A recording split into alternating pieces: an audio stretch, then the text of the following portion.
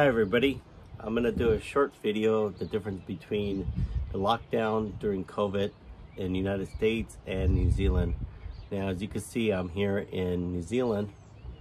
We've been here for about 10 weeks, so I think I could bring a really good perspective between the United States and New Zealand lockdown because we've experienced both of them.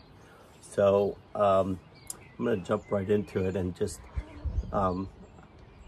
I'm going to talk about United States lockdown and what we experienced. Now, this was about a year ago, more than a year ago, when we had our lockdown in the United States. The vaccine rates were pretty low, and everything was locked down in the sense that you could only go to the store. We worked remotely. Every state, as the pandemic evolved, every state kind of did things differently. Some states were stricter when it came to lockdown. Like in California, we're pretty strict. You couldn't really do much. Restaurants, movie theaters, and so forth were closed. And in other states, they kind of loosened their restrictions a lot quicker. And I guess the really good example is Florida. They really didn't have much restrictions as COVID progressed. Now in New Zealand, it was kind of interesting because when the whole world was in lockdown, New Zealand wasn't. And the primary reason was that they were able to control their border. New Zealand, obviously, it's an island, so there's only 5 international airports, so they had limited of flights that could come here, and they were able to keep COVID out, so to speak. Then of course COVID, Delta COVID came around, and that kind of changed everything. When we got here in August of 2021, New Zealand was experiencing their outbreak of COVID, the Delta variants, and the vaccination rate was very low. I'll probably do a video about that, about the difference between vaccination in the United States and New Zealand. But moving forward, we came here and they had the whole country locked down. Now, like I mentioned, in the United States, the borders were closed, but U.S. citizens and residents could come from other countries. So in New Zealand, that's not really the case. What they did is they had only limited amount of spaces in their managed isolation hotels. So only a few people were able to get into New Zealand, and you would have to spend 14 days quarantine, which we did. Obviously, United States is too vast, and they didn't have facilities, so there was no there was no quarantine. The other thing that's unique about New Zealand is that because of the outbreak, majority of the cases were in Auckland. So what they did is they basically divided the country into two, and Auckland region was locked. It had a hard border, and people could not go in or out of Auckland. They would only have special permission. So in the United States, we didn't have that. We had states that wanted to close off, but that never happened. Here in New Zealand, because of the way that the country is situated, for example, the southern border of the Auckland region, there's only 5 roads that lead out. So these are hard borders. You actually get stopped. The police ask you, what are you doing? And they'll turn you around. In the United States, obviously that was not the case. And now these borders in Auckland, because COVID is becoming more and more, well, the cases are growing a lot more in the Auckland area. they're really controlling and tightening this border within the border, so to speak. So for example, if you want to go through Auckland, you have to have a negative test and you have to have a reason why you're going through the Auckland region, and they only give you 2 hours. So that's probably one of the big difference between the United States and New Zealand, is that we never had a border. To put it in perspective, between LA and Orange County border, if LA said we're gonna close our border because of the caseload, it would nearly be impossible to control the roads that go between LA County and Orange County. But in New Zealand, like I said, there's only 5 entrances, 5 ways you could go, so it's easy to control. The other thing that's different is that they have checkpoints, and I experienced that when I was in the north part of New Zealand, and the police sets up checkpoints, and they ask you what you're doing.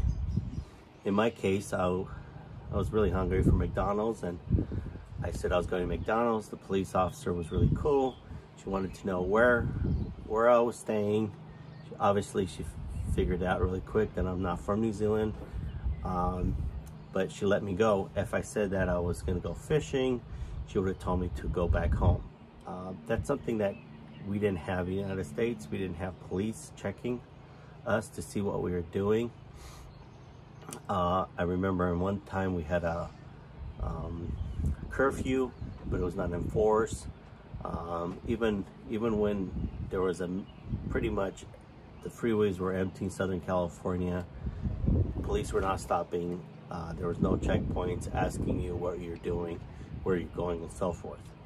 So there's a lot of more liberties there in the United States than here in New Zealand, and also the people's attitudes are different. Here, because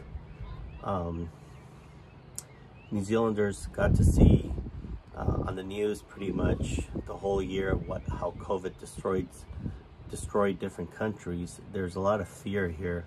So listening to radio, I remember this person on the radio saying, you know, going out to the restaurant, those are privileges, they're not rights, you know. So you need to basically vaccinate so you could have those rights to go to a show, to go to a game.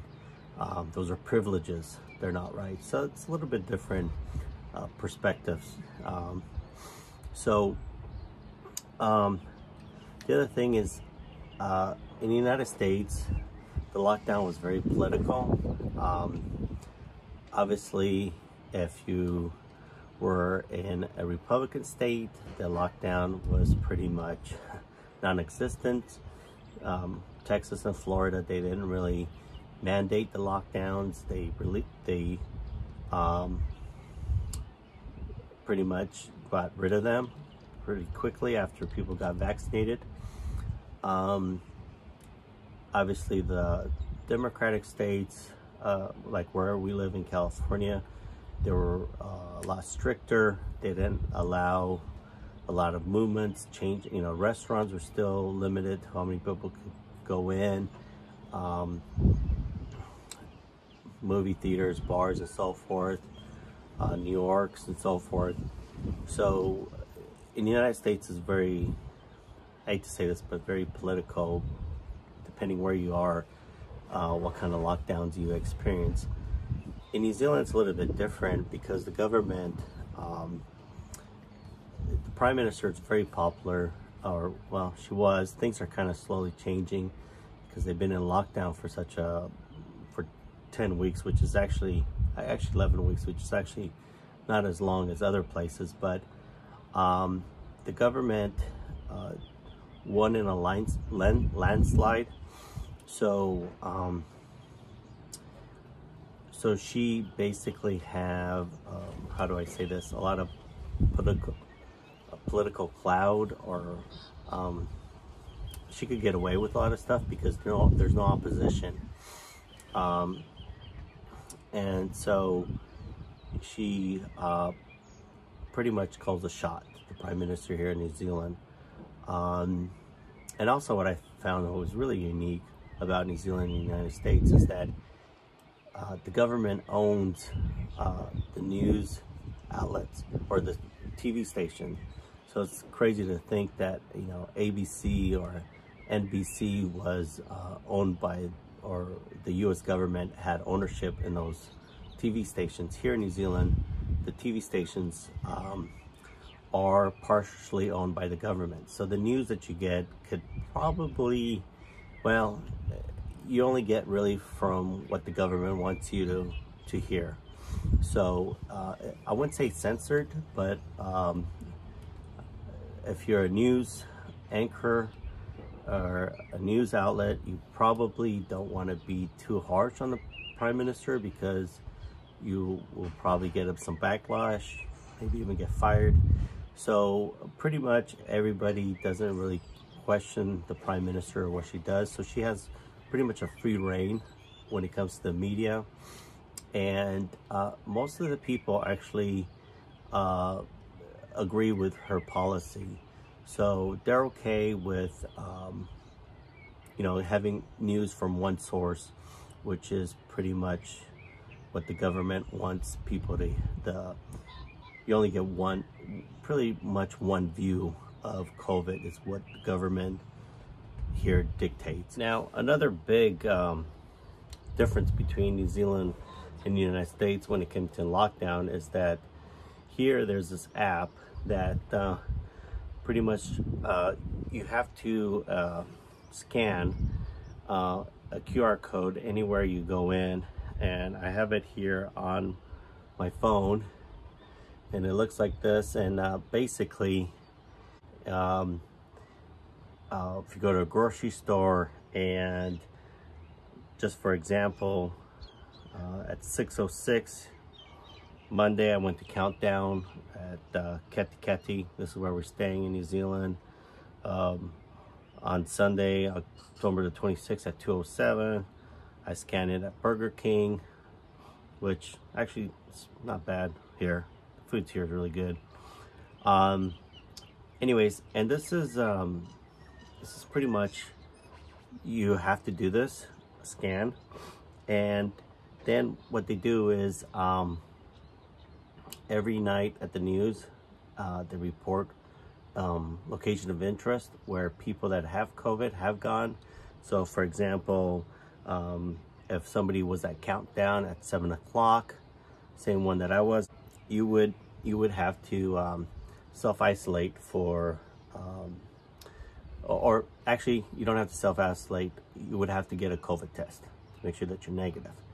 So this is another way that they track where you go and so forth. The government doesn't track you, but check in anywhere you go. They even have it like at restrooms, parks. You scan in the QR code. It's not required, but it's highly encouraged. So United States, we didn't have anything like that. When you went to Walmart, you didn't have to scan in anywhere to let them know that you're there and so forth. And just the other day, speaking of when I went to Countdown, the guy told me, it's like, did you scan in? You need to sign in. And I don't know, I'm not gonna get into any kind of argument.